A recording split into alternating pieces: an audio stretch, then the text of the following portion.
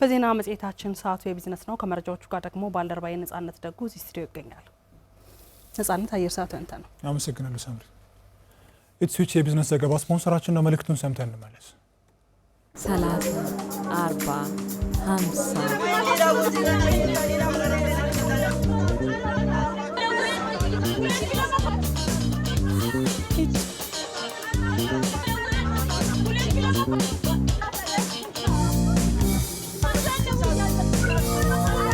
ክፍያ በዚህ ልክ ቀሎ አያውቅም።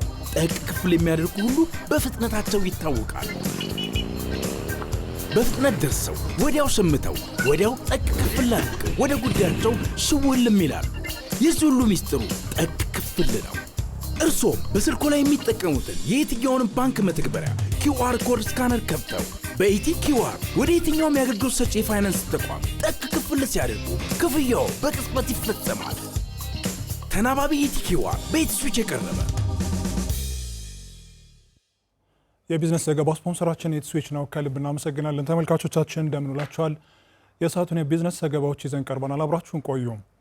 በ2017 በጀት ዓመት ከ4500 በላይ ወጣቶችን በልዩ ልዩ ሙያዎች በመደበኛ የስልጠና መርሃ ግብር ማሰልጠን መቻሉን የባህር ዳር ፖሊቴክኒክ ኮሌጅ አስታወቀ። ከ21000 በላይ ለሚሆኑ ወጣቶችም የአጭር ጊዜ ስልጠናዎች መሰጠቱ ተገልጿል። በቃሉ ፈረደ። የባህር ዳር ፖሊቴክኒክ ኮሌጅ በልዩ ልዩ የስልጠና መስኮች የመደበኛና የአጭር ጊዜ ስልጠናዎችን እየሰጠ ይገኛል። የኮሌጁ ዲን አቶ ፈለቀ ውቤ ኮሌጁ በ2017 በጀት ዓመት በተለያዩ ዲፓርትመንቶችና የሙያ መስኮች በመደበኛ የስልጠና መርሃ ግብር ከ4500 በላይ ሰልጣኞችን ተቀብሎ ማሰልጠን መቻሉን ገልጸው የአጭር ጊዜ ስልጠናዎች ላይም ትኩረት ተሰጥቶ መሰራቱን ተናግረዋል። በባህር ዳር ፖሊቴክኒክ ኮሌጅ 14 ዲፓርትመንቶች ናቸው ያሉት። በ14 ዲፓርትመንት በአጠቃላይ ከ50 በላይ ሙያዎች ናቸው። በእያንዳንዱ ስትሪም ከ3 እስከ 4 ሙያዎች አሉ። በዚህ መሰረት በባለፈው ዓመት የነበረን የሰልጣኝ ቁጥር ነባር 3436፣ አዲስ 1050፣ በአጠቃላይ 4486 ነበርና አዲስ ሰልጣኞች ነበሩን በቀንና በማታው መርሃ ግብር። ከዚህ በተጨማሪ ከ21000 በላይ አጫጭር ስልጠና በክህሎት አሳልጥነናል። አጫጭር ስልጠና ማለት ከ3 ወር አካባቢ ማለት ነው። 3 ወር ፕላስ ወር ማይነስ የሚወስዱ ሰልጣኞች 21000 የባህር ዳር ከተማና አካባቢውን ስልጠና ሰጠናል። ከዚያ በተጨማሪ በእነዚህ ከ14 ዲፓርትመንቶች እና ሬጉላር ቲቤት ውጭ የዲግሪ መርሃ ግብርም እናሰለጥናለን። በኮሌጁ ስልጠና ወስደው የሚመረቁ ወጣቶች ወደ ስራ እንዲሰማሩ ክትትል እንደሚደረግ የገለጹት አቶ ፈለቀ በ2016 በጀት ዓመት ከተመረቁት መካከል 70 በመቶ ያክሉ የስራ ዕድል እንደተፈጠረላቸው ነው የገለጹት። መጀመሪያ ልጆቹ ወደ ስራ ከመሰማራታቸው በፊት የላይፍ ስኪል፣ የኤምፕሎያቢሊቲ ስኪል ወይም የስራ ስምሪት ስኪል ይሰጣቸዋል። አብረው ስልጠና ይሰጣቸዋል። መጨረሻ ላይ አድራሻቸው ይያዛል፣ ስልካቸው ይያዛል፣ ኤሪያ ባውንደሪያቸው ይያዛል እና ቢዝነስ መርጠው ስራ ተለማምደው ቆጥበው ነው የሚወጡት እነዚህ ልጆች። በዚህ መሰረት በአለፈው ዓመት ያስመረቅናቸው 700 በላይ ሰልጣኞች መካከል 70% ስራ ይዘዋል። ኮሌጁ ስልጠና ከመስጠት ባሻገርም ልዩ ልዩ ቴክኖሎጂዎችን በመስራት ወደ ኢንተርፕራይዞች የማስፋት ስራ እያከናወነ መሆኑን የገለጹት ደግሞ የኮሌጁ ምክትል ዲን አቶ ቻሌ ሁነኛው ናቸው። በርካታ ቴክኖሎጂዎች ተሰርተዋል። ለምሳሌ የመኖ ማቀረቢያ ቴክኖሎጂ አለ፣ የብሎኬት ማምረቻ አለ፣ የተለያዩ ለምሳሌ የብረት መቁረጫ፣ የእንጨት መቁረጫ የተለያዩ ቴክኖሎጂዎችን ከዚህ በፊት እየሰራን ኢንተርፕራይዞቻችን እንዲጠቀሙበት እየተደረገ ነው። አሁን እኛ እያሰብን ያለ ነው ለኢንተርፕራይዞች ማሸጋገሩ እንደተጠበቀ ሆኖ አንድ የገቢ ማመንጫ ማድረግ አለብን የሚል አቋም ይዘን ነው እቅዳችንን በዚያው ልክ ነው። ለምሳሌ አሁን ይሄ የበቆሎ ማፈልፈያ ለኢንተርፕራይዞች ተሸጋግሯል። በሰዓት ይሄ 40 ኩንታል ነው የሚፈለፈለው።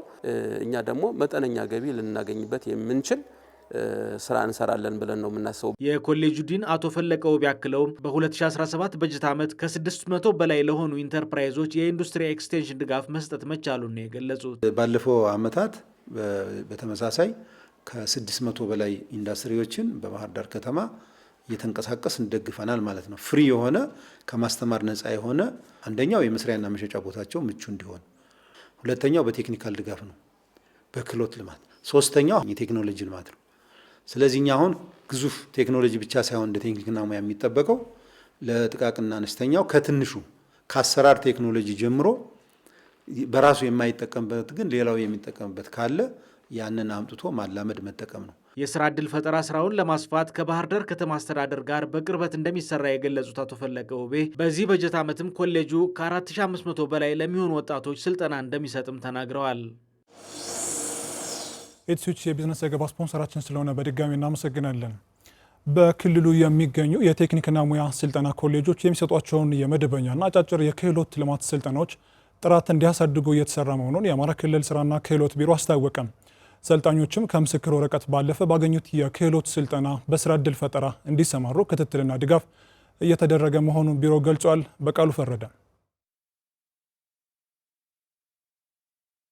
በአማራ ክልል ከ240 በላይ የሙያ ስልጠና የሚሰጡ የቴክኒክና ሙያ ስልጠና ኮሌጆች እንዳሉ የተናገሩት የአማራ ክልል ስራና ክህሎት ቢሮ ምክትል ቢሮ ኃላፊ አቶ አወቀ ዘመነ ኮሌጆቹ የሚሰጧቸው ስልጠናዎች የምስክር ወረቀት ከመስጠት በላይ በሰልጣኞች ክህሎት ልማት ላይ አተኩረው ርብርብ እንዲያደርጉ እየተሰራ መሆኑን ገልጸዋል። በክልላችን 126 የመንግስት ቴክኒክና ሙያ ኮሌጆች አሉ። ከዚህ ውስጥ 42ቱ ፖሊቴክኒክ ኮሌጅ ናቸው። ወደ 120 የሚደርሱ የግል ኮሌጆች አሉ።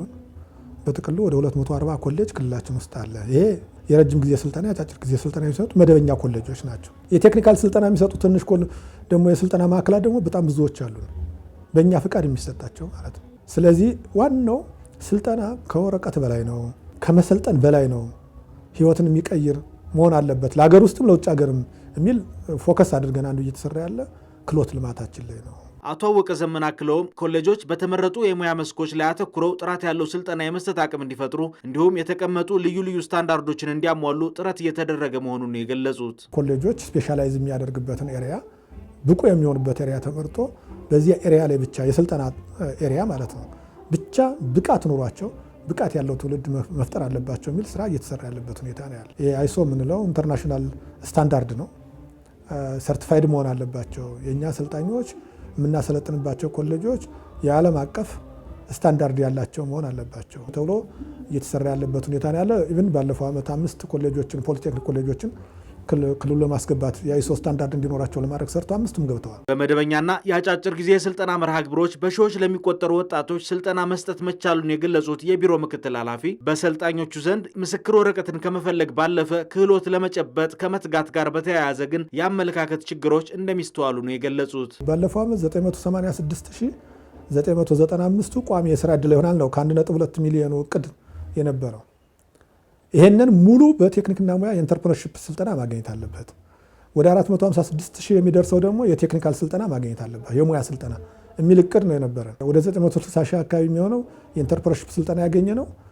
ወደ ኦልሞስት ወደ 500,000 አካባቢ የሚደርስ ደግሞ የቴክኒካል ስልጠና አግኝተዋል። ነገር ግን በምን ያክል ደረጃ ወደ ኮሌጁ እነዚህ አሰልጣኞች ሲሄዱ ስንመለስ እውቀት ነው ክህሎት ነው ሙያ ነው ይዘን የምንመለስ ወይስ ወረቀት ነው የሚለውን ግን ማስጣል ችለናል የሚል ግምገማ የለኝም። በቀጣይም ኮሌጆች ጥራት ያለው ስልጠና መስጠት እንዲችሉና ሰልጣኞችም በክህሎት ግንባታ አተኩረው እንዲሰለጥኑ ለማስቻል ርብርብ እንደሚደረግ ነው የቢሮ ምክትል ኃላፊ አቶ አወቀ ዘመኔ የተናገሩት።